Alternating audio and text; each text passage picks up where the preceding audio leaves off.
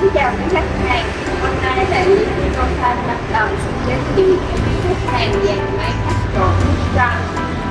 Dàn máy này là sản phẩm tiên tiến nhất về cắt và trộn thức ăn cho bò và là sản phẩm của tập đoàn Ryokusan Nhật Bản.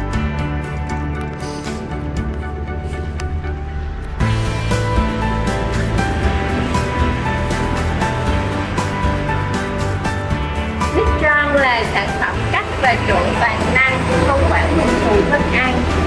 Nhờ hệ thống tuần hoàn trung tâm đăng chéo là trộn mạnh mẽ và cắt nhanh gọn để tạo ra thức ăn TMA chất lượng cao.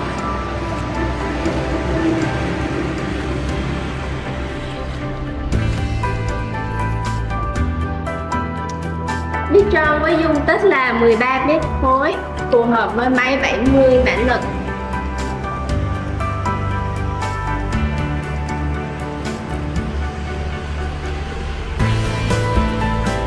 Và Mistral trang bị hệ thống tân có lunar size ở 1% với 15 thực đơn và 15 loại nguyên liệu khác nhau.